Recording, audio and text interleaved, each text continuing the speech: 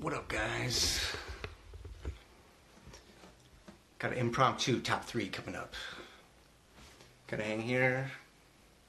Let the people join in. What's up, Fausto? Fausto. Here we go.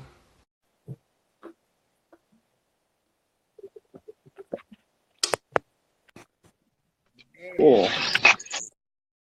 You see me? Sweet. What up, Fausto? What's up, Kevin? Dude, long time no chat, brother. Like forever. Man, are you ready? I'm ready. Let's do it. Dude, I'm sorry about 6:30. You guys, we had it set up for 6:30. I got wrapped up in my day, but we're here. We're doing our top three for recovery. I got my boy Fausto on.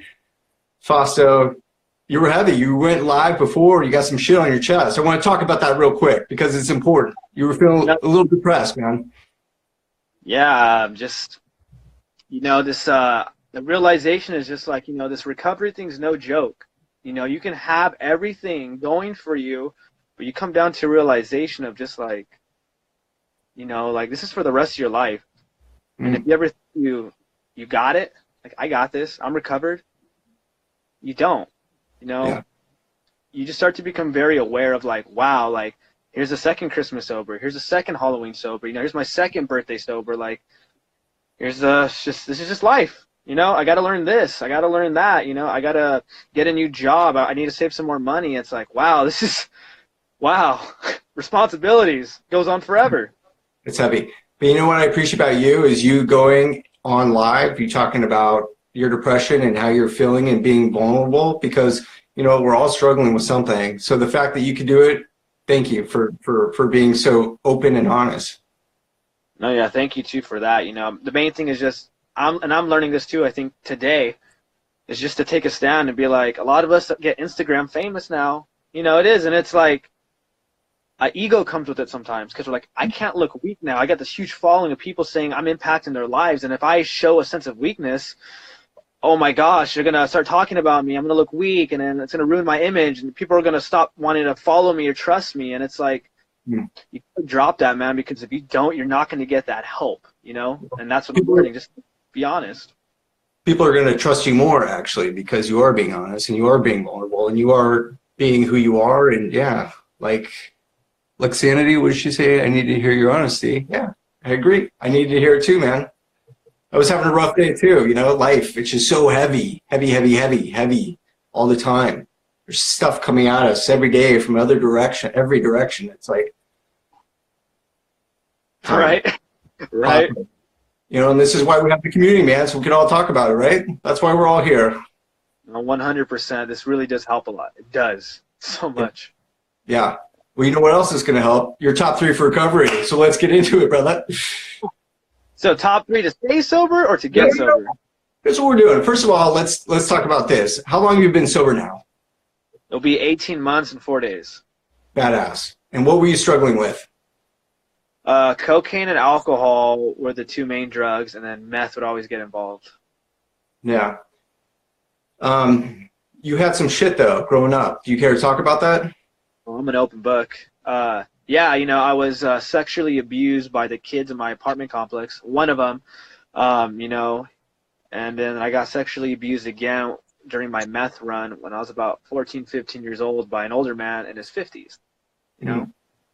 So that's the trauma that I've dealt with on top of just, abusive father growing up and bullied and, and then just codependency, and then my mom has cancer, just all these things are like the traumatic stuff that I dealt with.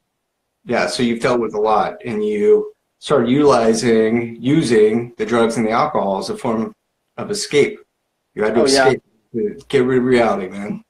The main thing, like one thing I really want to say, because I feel like this doesn't get voiced out too much, is when you get sexually abused, you have this thing of where I think people want to rape me all the time. That's my daily life. Anybody who's older than me, that goes through my head. This person wants to rape me. Why is he looking at me? He wants to rape me. And that's just what I deal with. And, questioning your sexuality pops up a lot. And then being raped makes you turned on. And the scary thing is with that is like you don't like to be around children because you're like, oh my gosh, am I going to do this? Like, that's the shit that goes on in your head because of the trauma. And, you know, and Drew talked about it on a podcast saying it's true. When you get raped as a kid, it will turn you on, and it's fucked up because your brain wired that way, you know? So those are things that I like to say because that's shit that I got to deal with every day of my life. So it's going to be so hard. Not only have you been raped, but you're battling the thoughts in your head 24/7 every day. Every day. In my recovery, I don't like being around kids, like my nieces and nephews, because I just feel like that's what they think. And it's not that I'm going to do anything, but that's what my mind tells me. It's like, that's what they think. If I say hi to the kid, they think I'm going to do something. That's what my mind does to me. And it's rough. And I pray to it, and I hope that goes away at one point, you know? That's rough. Well, you know, it's great that you're sober now, because I'm sure, you know, if you were still drinking, I mean, that the thoughts would only amplify, and there would only be more fear and anxiety and everything else that goes along with it. Oh, definitely. I would kill myself by then. I wanted to kill myself multiple times, and I've tried. So I know that if I didn't get sober, I wouldn't be here right now. I'd be dead right now. That's a fact. Yeah. How did you finally get sober? I had a buddy of mine. Well, for one thing, I got to the point of my rock bottom where I couldn't even see 1 second into the future. It was just, right now, I'm going to kill myself. I'm going to kill myself. So I had a friend of mine who got into a lot of shit, and he found a way out. And I knew him from both sides of the story. So I was like, I'm going to give him a call. So I called him, and I told him I needed help. He picked me up, took me to his house. And, you know, he's like, do you believe in God? And I was like, I mean, I believe in something out there. Right now, I believe in anything right now. Just, I need help. So he read some scripture from the Bible, and I believe it said, you know, God gives his strongest battles to his strongest warriors.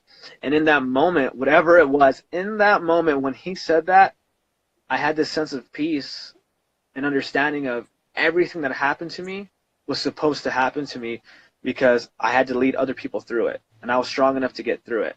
And that perspective change in that moment never left since that day. Till this day, that is the thing that I use every single day of my life to push forward. And yeah. Well, thank you for pushing forward. You know, after losing my best friend, brother-in-law, I wish it would have been able to push forward too. And sorry, man. I wasn't expecting that. No, man, it's cool. You Hey, let it Fausto, out. I said this is going to be fun and upbeat. You're making me cry. Oh, man, let it out. Let it out. And the reality is every time we let this out is because we still need to heal more. I was crying earlier today. You know, I was crying last week, and it's like I'm having tears in my eyes right now watching you cry, man, because it just shows that this shit is no joke, the disease, how bad it is and what it does to us and the pain that it causes, that it just, you know, it doesn't go away overnight, you know, and seeing people nowadays dying every single day from this and having loved ones die, and it's like people don't understand, like, this shit's fucked. This shit is so fucked. It literally turns you into something that you can't even describe, and it's fucked because it's for the rest of your life. And if you don't battle that demon every single day, you're going to fucking die.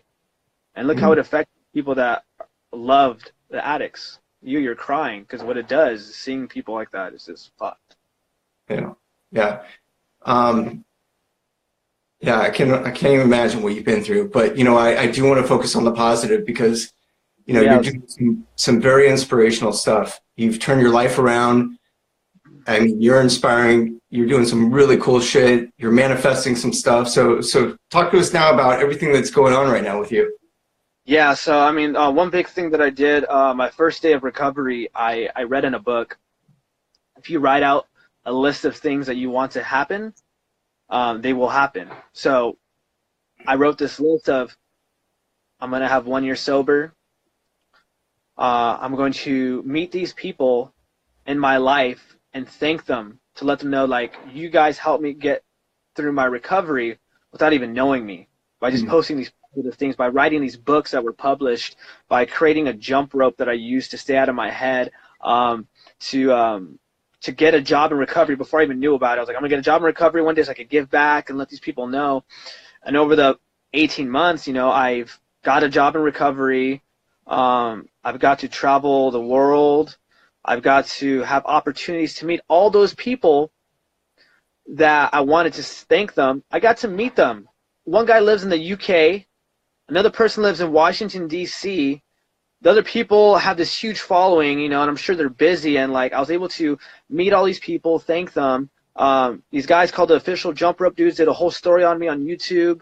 The guys from Washington, D.C. trains people he was in the Olympics, all over TV. He was on the Gong Show. He's on ABC, NBC, all this stuff. You know, now he's going to mentorship me and stuff and give me my own personalized jump rope probably and help me through life and possibly on TV, sharing my story with the world. You know, I created this Instagram, Sober Faust, and it's like, I changed my whole life. Everything is amazing. It is amazing. It's like that little kid that you have inside of you that dreams this fantasy life that people say, it's just a fantasy, man. It's very rare to have that life. It's like I'm living that life and it's happening. And now I'm just kind of trying to figure out how to have the patience to let it happen. Yeah. Just keep going, right? That's the plan. That is the plan. You're manifesting. You've got an agenda. You've got your Instagram, your jump rope, and you're doing shit, man. You're doing some amazing stuff. And you're keeping positive, and you're spreading hope, and you're doing it. That's it. You can just one step every day. 100%. You know, 100%. Because I know how it feels to be hopeless, you know, so I can spread for anybody to just get out of that mindset and have that shift change of that spirituality effect on you, man. I want that to happen. Yeah, and it is happening, period. You don't want it to happen, it is. And I want you to know that it is, so keep it up. Thank you. And on that note, hit me up with your top 3 to stay sober. How about that? Okay, top 3 to stay sober. Believe in a higher power, whatever you want it to be, 100%, because it's a lonely road, and you need someone to be there with you when you're alone. Number 2, get a sponsor. You need someone that has a diseased mind to guide you through life because it never goes away. And 3, be love. Be love and give love every single day because love is a lifestyle. Dude, love that. Love that. All right, how can people find you? What's your Instagram? Anything else that you want to plug? I want to give you the floor. Yeah, you guys want to check me on Instagram at Sober Faust. I have a podcast on YouTube that launched under Sober Weekly, and we do video podcasts with different addicts from all around the world sharing their story. And my website is soberfaust.com, and I will be offering online coaching, personalized for people that want more than just recovery, to find purpose in life and meaning. And yeah, that's where to find me. Awesome, you guys. Go follow him. Hey, thank you so much for coming on and doing this. And yes, we have to do the full podcast, guys. Sorry, I try to keep these around 10 minutes, but yes, I want you. We got to talk. We got to get your full story out there. Let's do it, and then come on my video podcast too. We shoot in Orange County. Love it, man. Yeah, I'm just down the street. Yeah, man. All right. All right, guys. Thank you so much for watching. Fausto, thank you so much. Appreciate you. Appreciate what you're doing, man. All right, guys. God bless. Yeah. God bless. See ya.